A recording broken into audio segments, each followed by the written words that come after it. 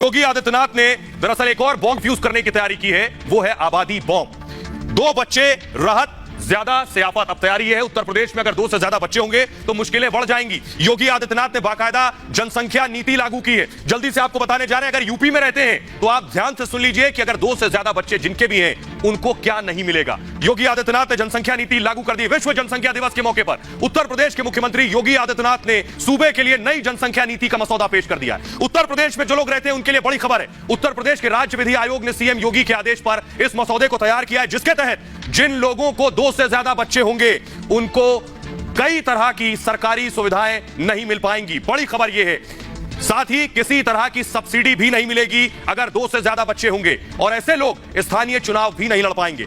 मसौदे के मुताबिक 2 से ज्यादा बच्चे वाले अभिभावक 77 तरह की, जी हां 77 तरह की सरकारी योजनाओं और अनुदानों का लाभ नहीं ले सकेंगे। जिन लोगों के 2 से ज्यादा बच्चे होंगे वो सरकारी नौकरी नहीं कर पाएंगे, यानी उन्हें सरकारी नौकरी नहीं मिलेगी। इसके अलावा जो लोग पहले से सरकारी नौकरी कर रहे हैं, देखिए जरा बड़ी खबर ये, अगर पहले से सरकारी नौकरी कर रहे हैं और बच्चे 2 से ज्यादा हैं तो उनके 2 से ज्यादा बच्चे हैं, उन्हें अब प्रमोशन नहीं दिया जाएगा।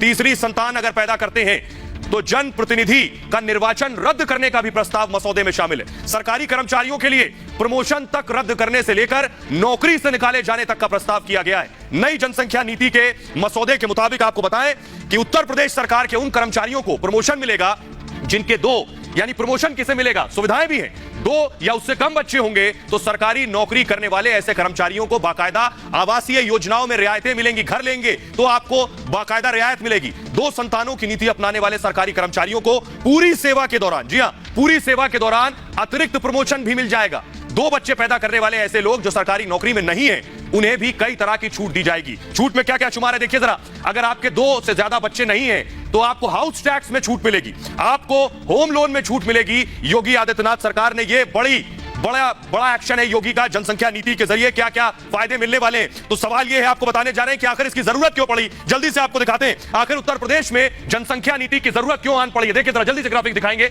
नई नीति की वजह है, उत्तर प्रदेश में जनसंख्या दरअसल लगातार बहुत तेजी से बढ़ रही थी। इसको काबू पाने के लिए यह कोशिश की गई। 2011 में 20 करोड़ आबादी थी 2011 में, 2021 में 24 करोड़ हो गई, यानी 4 करोड़ बढ़ गई है। जरूरी सुविधाओं पर दबाव बढ़ गया था लगातार उत्तर प्रदेश में, कई तरह के संकट खड़े हो गए थे यूपी के सामने। पानी की किल्लत शुरू हो गई थी, उत्तर प्रदेश का हाल जानते हैं। बिजली की खपत बढ़ गई थी कि आखिर बिजली कटौती यूपी में हो रही। रोजगार की समस्या पैदा हो गई थी कि यूपी में एम्प्लॉयमेंट नहीं है। गरीबी बढ़ गई थी यूपी में इस जनसंख्या वृद्धि की वजह से। शिक्षा में गिरावट आ रही थी लगातार, प्रदूषण बढ़ गया था यूपी में। तो यह वजह रही, दरअसल जरूरत थी कि जनसंख्या नीति को लेकर आया जाए। और बड़ी वजह मैं आपको बताऊं कि यूपी ने कई बड़े बड़े देशों को पीछे छोड़ दिया है, वो मैं आपको दिखाने जा रहा हूं। देखिए जरा, इससे पहले भी मैंने आपको दिखाया, लेकिन एक बार फिर से नजर डालिए जरा, यूपी ने कैसे दुनिया के अलग अलग मुल्क को जनसंख्या में पिछाड़ दिया है। देखिए जरा ग्राफिक्स आपके सामने है। उत्तर प्रदेश की आबादी कई देशों की आबादी के बराबर है, बेशक बराबर नहीं, मैं कहूंगा ज्यादा है।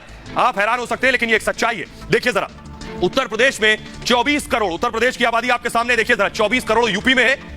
एक मुल्क पाकिस्तान, पड़ोसी मुल्क है, दूर जाने की जरूरत नहीं है, पाकिस्तान की आबादी भी यूपी से कम है। अगला देश लेकर आइए, 23 करोड़ पाकिस्तान की आबादी है। बांग्लादेश 16 करोड़, यानी उत्तर प्रदेश से कम आबादी बांग्लादेश की है, पड़ोसी मुल्क है। बांग्लादेश में 16 करोड़ आबादी है। तीसरा देश देखिए, ब्राजील की आबादी 22 करोड़ है, 22 करोड़, 24 करोड़ यूपी में, यानी ब्राजील से भी आगे है उत्तर प्रदेश। तो यह है यूपी की हालत जो मैं आपको दिखा रहा था। आइए अब आपको बताता हूं कि लेकिन इस पर सियासत शुरू हो गई है।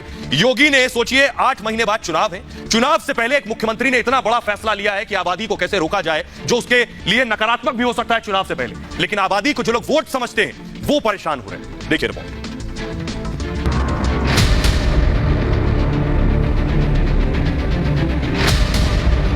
समाज के विभिन्न तबकों को ध्यान में रख करके इस जनसंख्या नीति को लागू करने का कार्य आज प्रदेश सरकार कर रही है।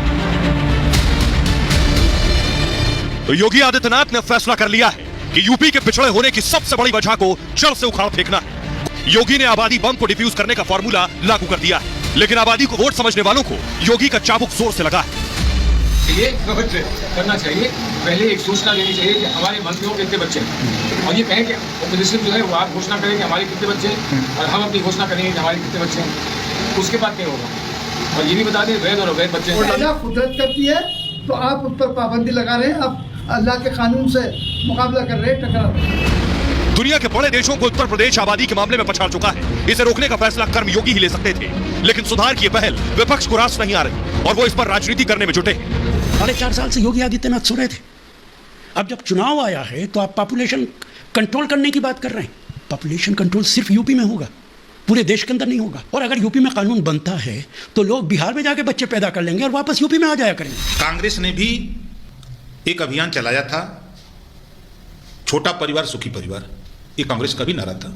उसी को आप आगे बढ़ा रहे हो, वो कुछ कर नहीं रहे हो। संख्या बढ़ती हुई आबादी जो होती है उसमें हमारे पर्यावरण के ऊपर भी असर डालता है, हमारे संसाधन पर जोर पड़ता है। जो लक्ष्य है धीरे धीरे करके हमको 2052 तक हम इसको उत्तर प्रदेश में जनसंख्या को स्थिर करना चाहते हैं। जाहिर है उत्तर प्रदेश में विधानसभा चुनाव से पहले राजनीति का सिलसिला जारी है और योगी अपने सुधार के संकल्प पर अडिग है और यूपी में नई जनसंख्या नीति का ऐलान हो चुका है।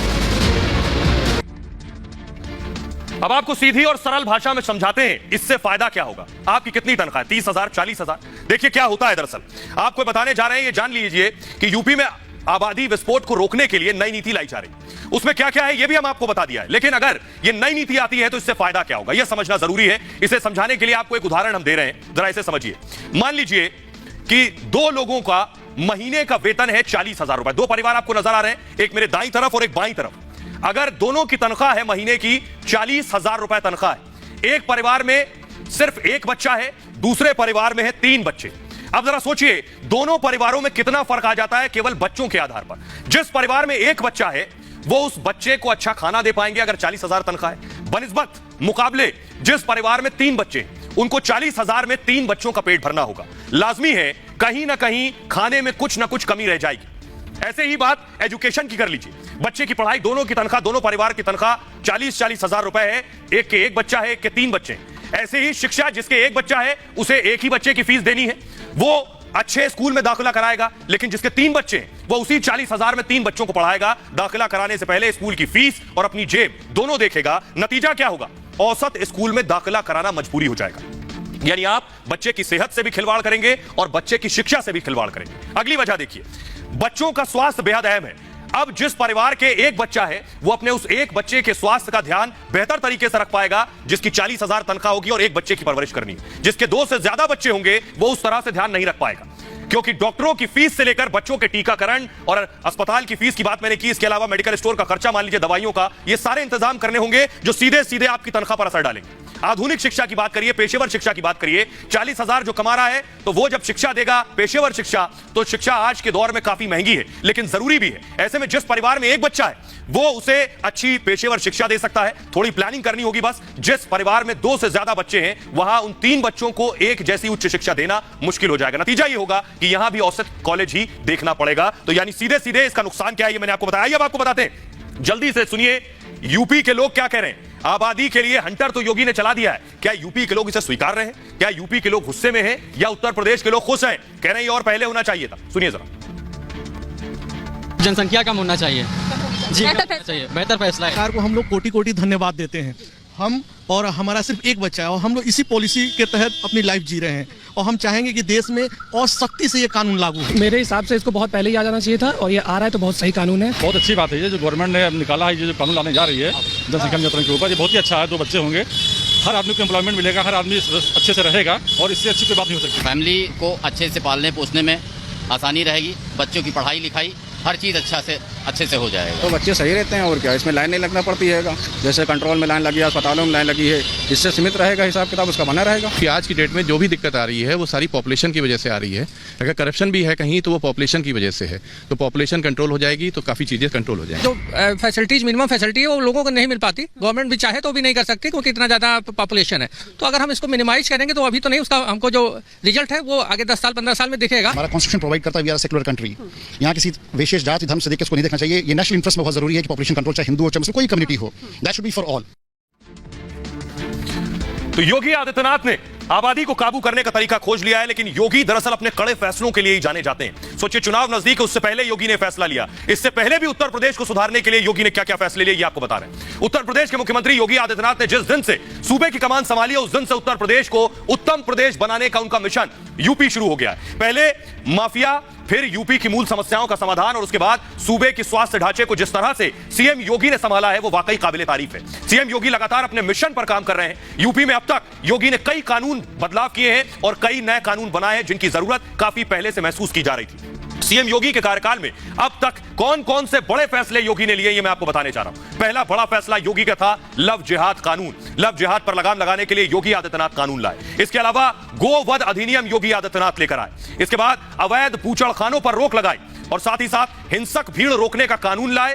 तोड़फोड़ की भरपाई पर कानून लाए कि अगर तोड़फोड़ करेंगे तो भरपाई भी आपकी जेब से होगी। विवाह पंजीकरण पर भी योगी आदित्यनाथ कानून लेकर आए हैं। लेकिन अब सवाल यह है कि क्या सिर्फ यूपी में यह कानून की जरूरत है, क्योंकि पूरे देश की आबादी तेज रफ्तार से, बुलेट ट्रेन की रफ्तार से बढ़ रही है। जैसा मैंने पहले आपको बताया कि चीन को भी हम पीछे छोड़ देंगे, तो क्या इसी तरह का कानून पूरे देश में लाने की जरूरत है? यह मैं इसलिए कह रहा हूं, जरा देखिए पूरी दुनिया के मुकाबले हम कहां खड़े हैं। उत्तर प्रदेश, मैंने आपको बता दिया, उत्तर प्रदेश वो राज्य जो बड़े बड़े मुल्कों से आबादी में आगे, लेकिन भारत भी पूरी दुनिया के अलग अलग देशों से आबादी में कहीं आगे। देखिए जरा, मैं आपको दिखाने जा रहा हूं हिंदुस्तान कहां खड़ा है आबादी के मामले में। योगी वाला कानून पूरे देश में चाहिए। 139 करोड़ आबादी भारत की है। अमेरिका देखिए 33 करोड़, कहीं मुकाबला ही नहीं है। 139 करोड़ और 33 करोड़, दूर दूर तक कोई कंपैरिजन नहीं। दूसरा देश देखिए जरा, रूस 14 करोड़ और आबादी हमारी 139 करोड़, कोई मुकाबला नहीं है। रूस हमसे 5 गुना ज्यादा बड़ा है। चीन देखिए 144 करोड़ और हम 139 करोड़, सिर्फ और सिर्फ 5 करोड़ का फर्क है। सोचिए जरा, जो चीन हमसे 3 गुना बड़ा है। इसके अलावा देखिए ब्राजील, हमारी 139 करोड़ आबादी और ब्राजील की 22 करोड़ आबादी। तो आखिर कैसे रुकेगी आबादी? वक्त आ गया है कि इस पर काबू पाया जाए।